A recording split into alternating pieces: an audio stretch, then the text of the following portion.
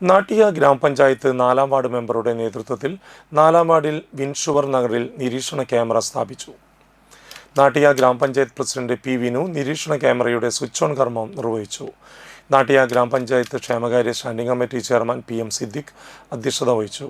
Retired DYSP P K Manoj Kumar മുഖ്യാതിഥിയായിരുന്നു.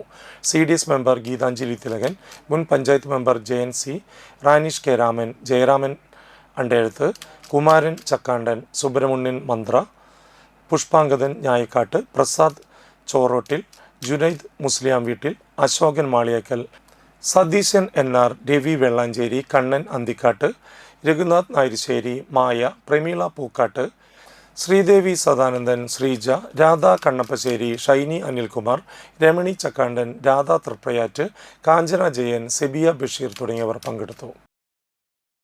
നമ്മൾ നാട്ടിക ഗ്രാമപഞ്ചായത്തിലെ ഈ വിൻഷുവർ നഗറിൽ ഒരു CCTV ക്യാമറ സ്ഥാപിക്കൽ, അതും നല്ലൊരു മനസ്സിനുടമയുടെ സഹായത്തോടു കൂടി, പേര് പറയരുതെന്ന് പറഞ്ഞിട്ടുണ്ട്. അതോടൊപ്പം തന്നെ ഇത് നല്ലൊരു കാര്യത്തിന് വേണ്ടിയാണ് നമുക്ക് തന്നിട്ടുള്ളത്. നമുക്കറിയാം, ഇന്ന് പല സ്ഥലങ്ങളിലും മാലിന്യമായാലും അതുപോലെ തന്നെ മറ്റ് പല ദുരുപയോഗ സ്ഥലങ്ങളിൽ ഓരോന്നും ചെയ്യുമ്പോഴായാലും നമ്മളെപ്പോഴും പറയാം പഞ്ചായത്തിനോട് ഒരു ക്യാമറ വെക്കണം എന്ന് പറയും. പഞ്ചായത്തിന് എല്ലാ സ്ഥലങ്ങളിലും നമുക്ക് നടപ്പിലാക്കാൻ പറ്റാറില്ല.